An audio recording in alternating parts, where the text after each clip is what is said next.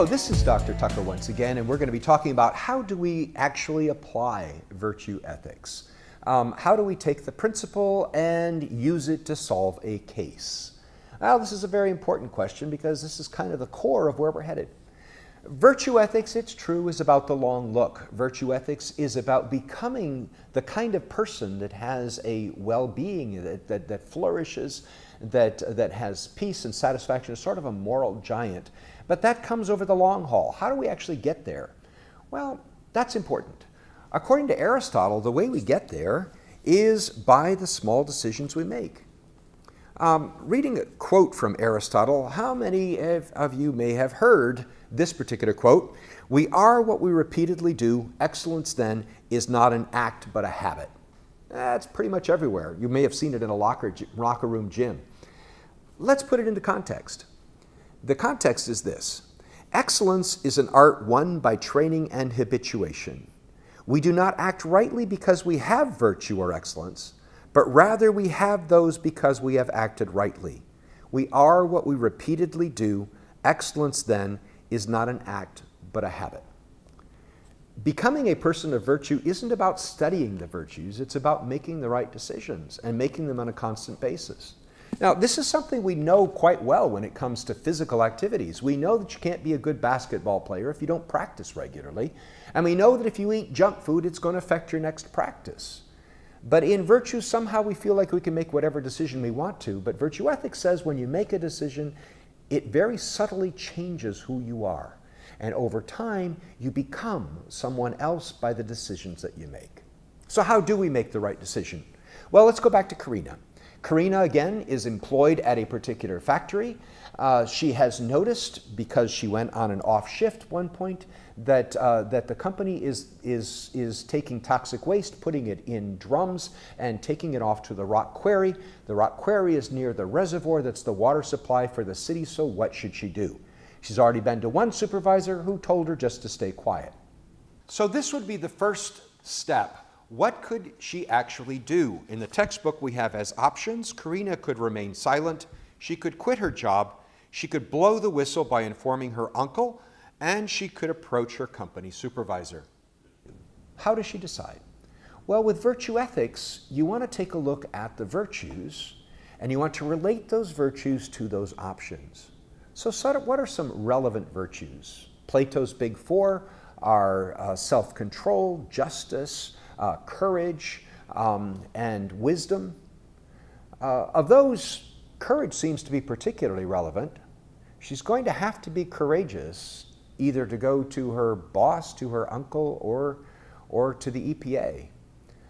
We might think that in terms of courage, staying quiet might be uncourageous. She sits and really doesn't do anything.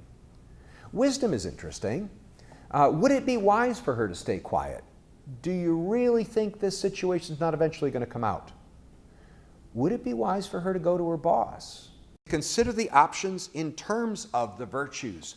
How do the options relate to the virtues we've selected? She's going to need wisdom to know which boss to go to, how to approach him, how to protect herself in case this doesn't go quite as well as what it might. So wisdom would be important.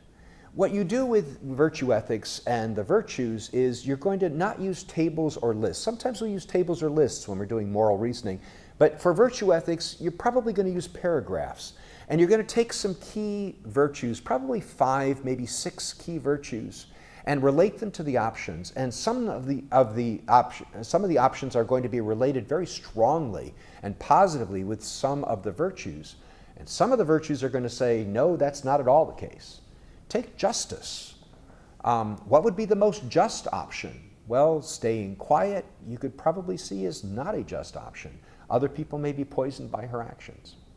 Now, the next step is to do what's called the golden mean. This is primarily Aristotle's idea, and his idea was that every virtue has non-virtues on the side. You've got something that's a deficiency, and you've got something that's an excess. And we looked at this previously. So for the step on the golden mean, what you want to make sure to do is to be sure that none of your virtues are taken to an extreme.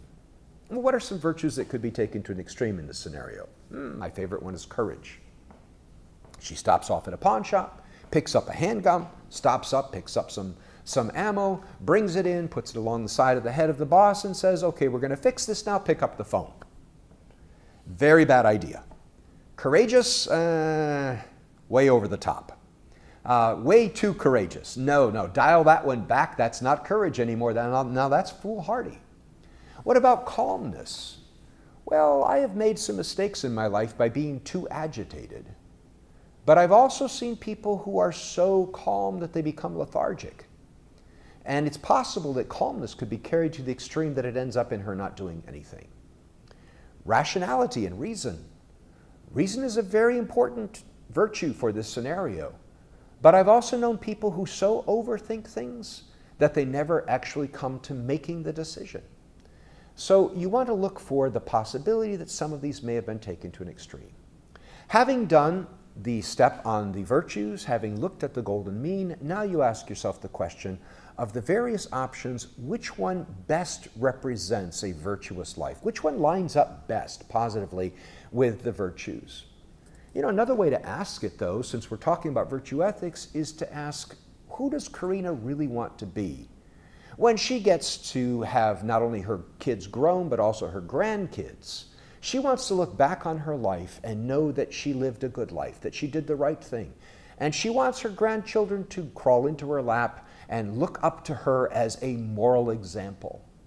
Which one of these options represents the kind of virtuous person that Karina wants to become?